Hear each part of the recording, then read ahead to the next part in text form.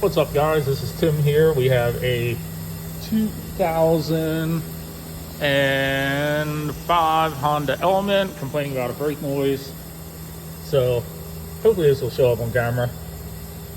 Do you see how that pad's got that white coloration and it's on the rotor too?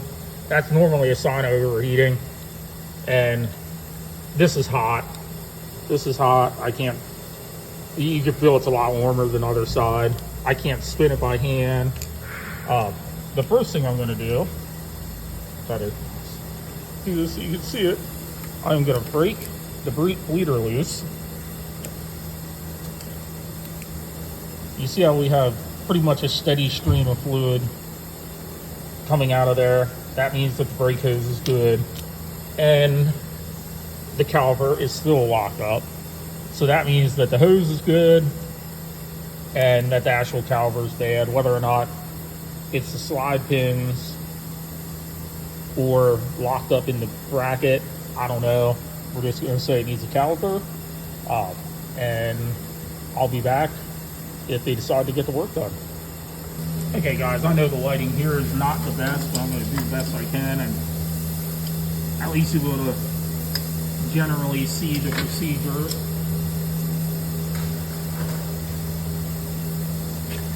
First thing I'm going to do so I don't make a mess is I'm going to pinch the brake line off, and you can do that with a pair of vice grips too. If you use vice grips, don't go too hard. You don't want to risk damaging the line. So the brake line fitting on this is a 11 mil. I'm going to take that off. The new caliper will come with new crush washers. You really don't want to reuse those washers because they're copper and they're only supposed to be used one time. So since this is getting a whole caliper, I'm not going to unbolt the caliper. I'm just taking the whole bracket off. That is a 14 millimeter.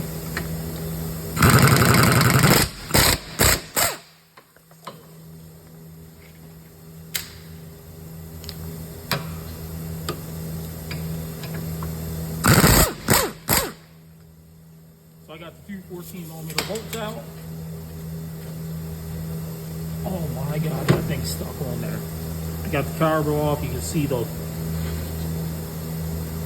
white in there. Like I said, I don't know what failed on this, but something did, causing it to lock up.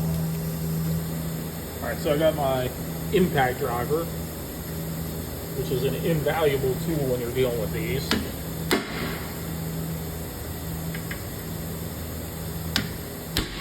In fact, I'm going to say, unless you want to drill these screws out, you're almost going to need one of these impact drivers to get these off.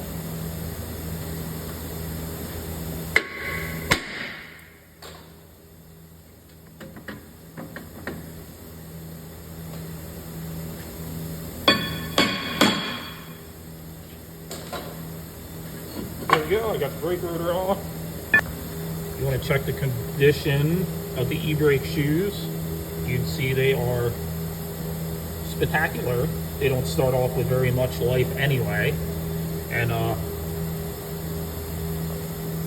also want to make sure that there's no major rust here. If there is, you want to clean it off so the rotor has a good flush place to sit. Alright guys, now I'm putting the new rotor on.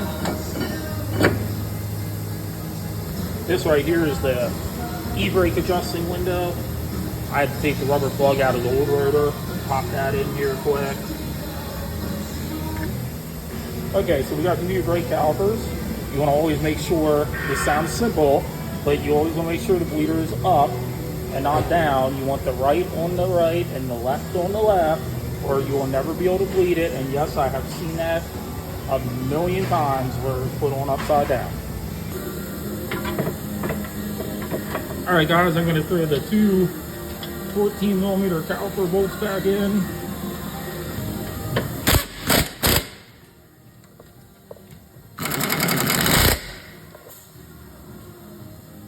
Caliper bracket bolts you want to be fairly tight. So when you get a new caliper, it'll come with new crush washers and normally a new bolt. Just want to make sure that banjo there is clean. You're going to go copper washer. Then you're going to slide that through, and then you're going to put a second copper washer there, so that line is sandwiched between the copper washers.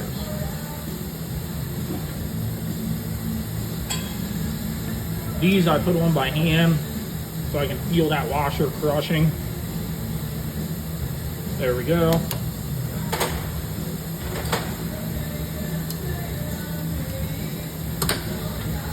Now I'm going to swing it up and do brake pads as normal. So on the Hondas, they have this metal clip right here that goes up in, and basically what that does is that keeps a little bit of tension on the top of the pads to keep them from rattling around. Now that that metal bracket's in, I'm going to put these 2 clips in, and well, it has these little metal tabs on. Hopefully you can see that. So when I put this on, I'm going to take a flathead and just bend those clips in towards the bracket. And you want to lube up the part of the pad that slides in the bracket. Slide it on in, and then the one with the indicator tab goes on the back.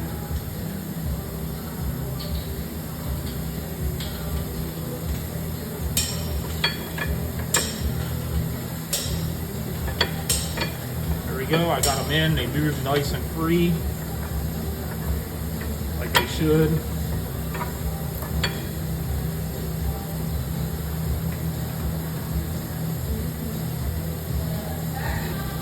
Now that I got the caliper slid back on, I'm going to go ahead and snug these 2 bolts up.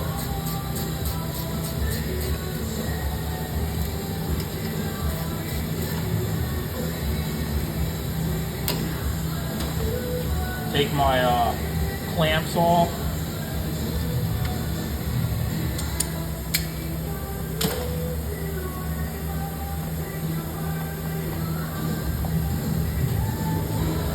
And then basically I'm just going to crack this bleeder until it starts dripping. Once it starts dripping, I'm going to close it, go in and pump the brakes up a few times. Then I'm going to crack it again to make sure all the air is out. And that's how you can bleed these at home without having anyone else to help you. So, if you guys find this video helpful, please like and subscribe. I'm going to go ahead and finish up the other side.